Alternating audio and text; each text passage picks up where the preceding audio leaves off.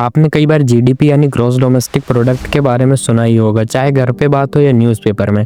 तो ये जीडीपी आखिरकार है क्या? ग्रॉस का मतलब टोटल, डोमेस्टिक का मतलब हमारे देश भारत के अंदर, और प्रोडक्ट का मतलब साल में बनी हुई चीजें और सर्विसेज। लोग पैसे दो तरह से कमाते हैं, या तो कुछ बनाकर लाइक रोटी, कपड़े, फर्नीचर या टीवी, या सर्विसेज देकर जैसे टीचर, ड्राइवर, शॉपकीपर या टेलर जो कपड़े सिलता है। इन चीजों और सर्विसेज की वैल्यू उनकी सेलिंग प्राइस होती है। जैसे एक शर्ट 200 रुपए में बिकी तो उसकी वैल्यू 200 रुपए, या एक रोटी जो 5 रुपए की है तो उसकी वैल्यू 5 रुपए होगी। एक साल में देश में जितनी चीजें और सर्विसेज बनती हैं उनकी टोटल वैल्यू को जीडीपी बोलते हैं। अगर जापान की कंपनी इंडिया में फैक्ट्री लगाए तो वो हमारे जीडीपी में ऐड होगा, जापान के जीडीपी में नहीं। इसलिए मेक इन इंडिया कैंपेन में इतना फोकस होता है। एक एग्जांपल से समझते हैं। मान लो एक मार्केट है, कोई सब्जी बेच रहा है, कोई साइकिल रिपेयर कर रहा है, कोई चाय की दुकान चलाता है और कोई कपड़े प्रेस कर रहा है। हर जगह चीजें और सर्विसेज बिक रही हैं। अगर हम बिकी चीज की प्राइस लिखें, पूरे साल ऐसा करें और लास्ट में जोड़ दें तो वो मार्केट का जीडीपी होगा। उसी तरह देश में एक साल में जितना प्रोडक्ट बनता है वो उसका जीडीपी है।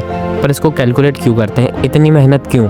अगर जीडीपी हर साल बढ़ रहा है मतलब देश में प्रोडक्शन ज़्यादा हो रहा है, इकोनॉमी मजबूत है। अगर जीडीपी घट रहा है मतलब चीज़ें और सर्विसेज बन रही हैं पर सेलिंग कम हो रही है। कम सेलिंग से बिजनेस को कम पैसा में लोग कम खरीद पाते हैं और इकोनॉमी नीचे जाती है। जीडीपी से देश की इकोनॉमिक हेल्थ पता चलती है, जिससे गवर्नमेंट पॉलिसीज बनाती है। अमेरिका का जीडीपी नंबर 1 है, लगभग $29.72 ट्रिलियन।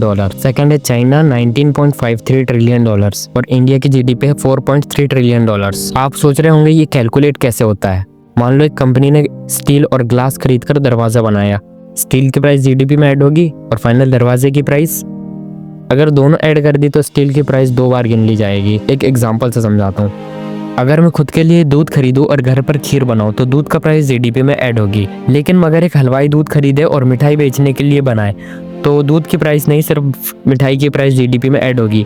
हर प्रोडक्ट के साथ ऐसा होता है। सेंट्रल स्टैटिस्टिकल ऑफिस ये रिकॉर्ड रखता है कि बिजनेसमैन क्या खरीद रहे हैं और लोग क्या खरीद रहे हैं। सिर्फ प्रोडक्शन के बाद बिकने वाली चीज़ें काउंट होती हैं। अगर मैं घर पे एक टेबल बनाऊं और रख लूं तो वो जीडीपी में ऐड नहीं होगा। जीडीपी 2 तरह से बढ़ता है। पहला ज़्यादा प्रोडक्शन से, इससे रियल जीडीपी बोलते हैं। दूसरा प्राइस बढ़ने से, इसे नॉमिनल जीडीपी बोलते हैं। जब गवर्नमेंट जीडीपी की डाटा देती है तो चेक कर लो रियल है या नॉमिनल। न्यूज़ में जीडीपी डेटा 2 तरह से दिखाया जाता है। कॉन्स्टेंट प्राइसेस पर, जिसके लिए बेस ईयर लिया जाता है 2011, और करंट प्राइसेस पे जो कि अभी का साल है। फैक्ट्री में बनी चीज़ें की पहली प्राइस में टैक्स नहीं होता, इसे फैक्टर प्राइस बोलते हैं। टैक्स ऐड होने पे ये मार्केट प्राइस बन जाता है। 2015 से पहले इंडिया में जीडीपी फैक्टर प्राइस से कैलकुलेट होता था, अब मार्केट प्राइस से कैलकुलेट होता है। एक घर है जिसमें 5 लोग हैं और इनकम 150 रुपये है। दूसरा घर है जिसमें 25 लोग हैं पर इनकम 200 रुपये है। दूसरे घर में इनकम ज़्यादा है पर पहला घर आराम से चल रहा है।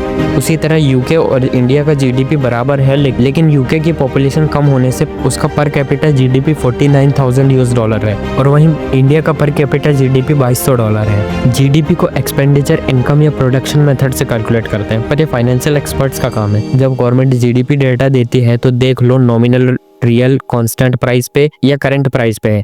जीडीपी ईयरली और क्वार्टरली कैलकुलेट होता है। हर क्वार्टर की तुलना पिछले साल के उसी क्वार्टर से होती है, जैसे थर्ड क्वार्टर का पिछले साल के थर्ड क्वार्टर से। 2020 में कोरोना की वजह से तीसरी क्वार्टर में जीडीपी ग्रोथ 0.4% तक गिर गया। अगले साल उसी क्वार्टर में थोड़ा प्रोडक्शन बढ़ा तो ग्रोथ दिखा पर बहुत लो। जीडीपी ग्रोथ रेट सिंपल है। अगर पिछले साल के तीसरे क्वार्टर में जीडीपी 100 था और इस साल 105 है तो ग्रोथ रेट 5% है। जीडीपी में कुछ कमी भी है। इनफॉर्मल सेक्टर्स लाइक छोटी दुकानें का डाटा जोड़ना मुश्किल है, जो इंडिया में बहुत है। दूसरी प्रॉब्लम है शेल कंपनीज। ये मनी लॉन्ड्रिंग या टैक्स बचाने के लिए करती हैं, प्रोडक्शन नहीं करती। 2019 के एमसी रिपोर्ट में पता चला कि 30% कंपनी सेल थी, फिर भी उनका डाटा जीडीपी में ऐड होता है क्योंकि गवर्नमेंट इसे एज अ ट्रिक यूज करती है जिससे जीडीपी बढ़ती है। जीडीपी बढ़ने से अनएम्प्लॉयमेंट कम होनी चाहिए, लेकिन इंडिया में जीडीपी और अनएम्प्लॉयमेंट दोनों बढ़ रहे हैं। ये कॉन्ट्राडिक्शन है क्योंकि रियल इकोनॉमिक पिक्चर डेटा में पूरी नहीं दिखती।